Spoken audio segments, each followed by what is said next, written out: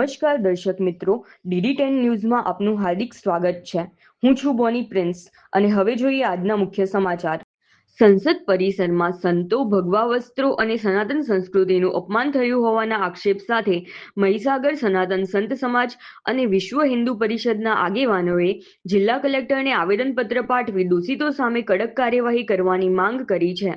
આવેદનપત્રમાં રજૂઆત કરવામાં આવી છે કે ગત 31 જુલાઈ 2026ના રોજ સંસદ પરિસરમાં યોજાયેલા ધરણા દરમિયાન કેટલાક રાજકીય આગેવાનો અને તેમના સમર્થકો દ્વારા સંતો, ભગવા વસ્ત્રો અને સનાતન સંસ્કૃતિનું અપમાન કરવામાં આવ્યું હતું। રજૂઆતમાં આ ઘટનાથી સંત સમાજ અને સનાતન ધર્મના અનુયાયીઓની ધાર્મિક લાગણીઓને ઠેસ પહોંચી હોવાનું જણાવવામાં આવ્યું છે। આવેદનપત્રમાં સંબંધિત વ્યક્તિઓ સામે FIR નોંધવા, કાયદેસરની કાર્યવાહી કરવા તેમજ રાષ્ટ્રપતિ અને કેન્દ્ર સરકાર સમક્ષ રજૂઆત કરવામાં આવી છે।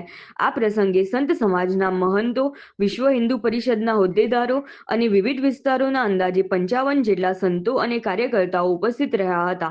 આવેદનપત્ર આપ્યા બાદ આગેવાનોએ જણાવ્યું હતું કે સનાતન સંસ્કૃતિ અને સંત સમાજના સન્માન સાથે કોઈપણ પ્રકારનું અપમાન સહન કરવામાં આવશે નહીં। જો યોગ્ય કાર્યવાહી નહીં થાય તો આગામી સમયમાં આંદોલન અને કાનૂની લડતને વધુ વેગ આપવામાં આવશે તેવી ચેતવણી પણ આપવામાં આવી હતી। રિપોર્ટર વીરભદ્રસિંહ, લુણાવાડા, મહીસાગર।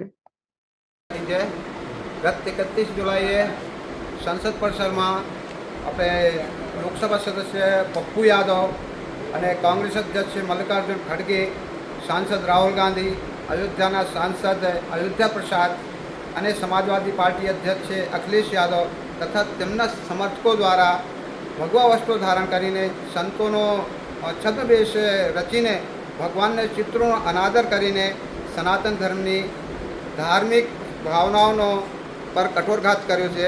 આ નિંદનીય કાર્ય માટે વિરોધમાં આજે સમગ્ર દેશના આંદોલનના ભાગરૂપે સનાતન સંત સમાજ દ્વારા વિરોધ પ્રદર્શન કરવામાં આવ્યો છે અને એ એમનો સંસદ પદ રદ થાય અને એમને ઉપર કાયદેસરની કાર્યવાહી થાય, FIR થાય, એના માટે સમગ્ર દેશ અને આપણા મહીસાગર જિલ્લાના સમસ્ત હિન્દુઓને અને સનાતન સંત સમાજ દ્વારા કલેક્ટરશ્રીનો એક આવેદન આપવામાં આવે છે જે એ આવેદન મહામહિમ રાષ્ટ્રપતિજીને પહોંચે એવું આવેદન આપવામાં આવ્યું છે।